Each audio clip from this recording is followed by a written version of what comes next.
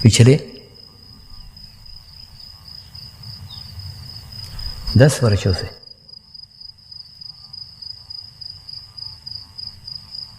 मैं समर्पण ध्यान का प्रचार प्रसार कर रहा हूँ, लेकिन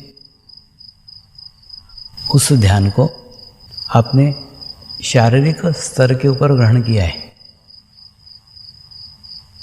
आवश्यकता है आत्मिक स्तर पे ग्रहण करने की। तो आत्मिक स्तर पे ग्रहण करने के लिए आवश्यक है अपने आप को जानने की, अपने आप को पहचानने की। कुछ नहीं, ध्यान करने के थोड़ी देर पूर्व एकांत में जाकर बैठो और अपने आप को जानने का प्रयास करो, अपने आप को पहचानने का प्रयास करो। आप अपने आप से ही प्रश्न पूछो,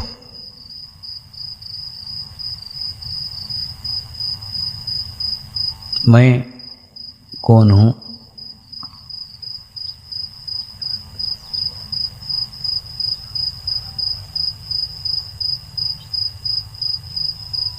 मैं कौन हूँ?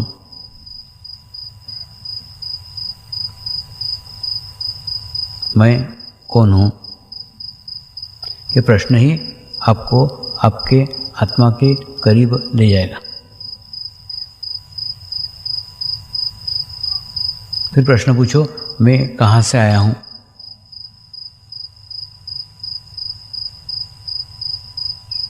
मैं कहाँ से आया हूँ? मैं कहाँ से आया हूँ? और तीसरा प्रश्न करो, मुझे कहाँ जाना है?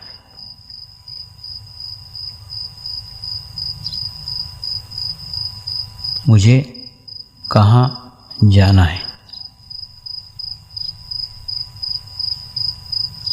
मुझे कहाँ जाना है? ये 3 प्रश्न आप जैसे बार बार प्रतिदिन अपने आप से करेंगे तो आप देखेंगे धीरे धीरे आपके आत्मा का एहसास आपको होना लग जाएगा। और जब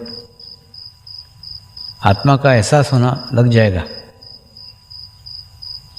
जब आप अपने आप को आत्मा महसूस करेंगे, तो इसी समाज में रहते हुए, इसी संसार में रहते हुए,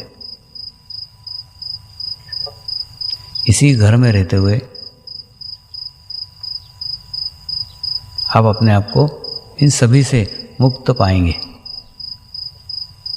क्योंकि आत्मा की कोई जाति नहीं होती, आत्मा की कोई भाषा नहीं होती, आत्मा का कोई रंग नहीं होता, आत्मा का कोई देश नहीं होता, आत्मा के कोई रिश्ते नहीं होते, आत्मा कभी बीमार नहीं होती, आत्मा कभी समस्याग्रस्त नहीं होती। ये सारे झमेले, ये सारी समस्याएं आपके शरीर की है।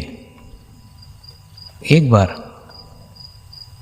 आप आपके आपको आत्मा का बोध करा लो, आत्म बोध करा लो, तो फिर मैं क्या कहना चाहता हूँ,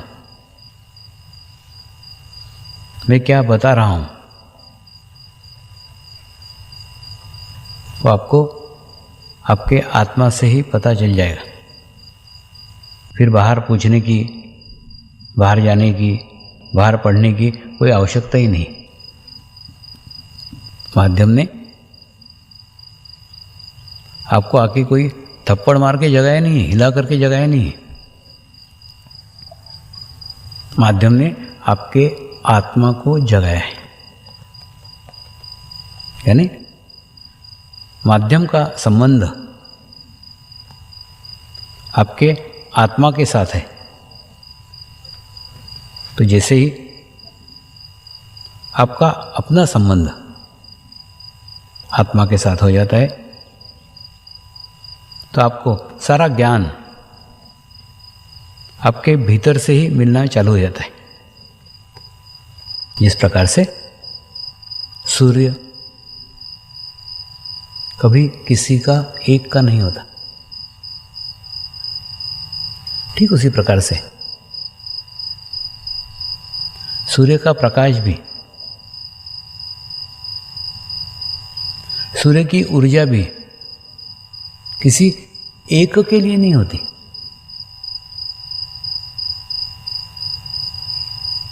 ईश्वरीय शक्तियों की विशेषता है, ईश्वरीय शक्तियों को किसी सीमा में, किसी भाषा में, किसी आकार में बांधा नहीं जा सकता। ईश्वरीय शक्तियाँ आदि और अंत है, वहीं से शुरुआत है और वहीं अंत है, कोई बीच में नहीं है। इसीलिए सबको एक सा प्राप्त हुआ है, एक जैसा प्राप्त हुआ है, किसी को कम या किसी को ज़्यादा नहीं है, हो ही नहीं सकता। इस प्रकार से कई लोग ऊर्जा को संग्रह करके, ऊर्जा को एकत्र करके सोलर कुकर बनाते हैं, लाइट बनाते हैं, यानी सोलर एनर्जी को एकत्र करके उसको इस्तेमाल करते हैं, उसको यूज़ करते हैं। और कई लोग उस ऊर्जा को नष्ट होने देते, उसको संग्रह नहीं करते। तो किसी ने संग्रह की तो सूर्य खुश होगा क्या, और किसी ने संग्रह नहीं की तो सूर्य नाराज होगा क्या? नहीं, उसका स्वभाव है ऊर्जा देना, शक्तियां देना।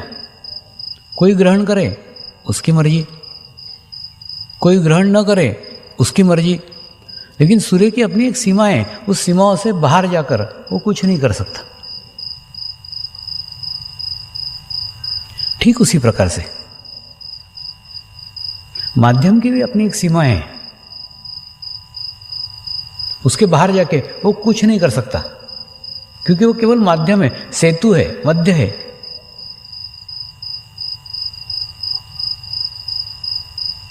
उस माध्यम का, उस माध्यम की ऊर्जा का हम हमारे जीवन में क्या उपयोग करते हैं, क्या प्रयोग करते हैं, ये सब कुछ हमारे स्वयं के ऊपर निर्भर है। हम चाहें उसकी ऊर्जा का शारीरिक स्तर पर इस्तेमाल करें, हमारे शरीर की बीमारियां ठीक करने के लिए इस्तेमाल करें, हमारे शरीर के रोग ठीक करने के लिए इस्तेमाल करें, हमारे शरीर के व्यसन ठीक करने के लिए इस्तेमाल करें, हमारे शरीर के दुर्गुण दूर करने के लिए इस्तेमाल करें, या अपने शरीर को स्वस्थ रखने के लिए इस्तेमाल करें।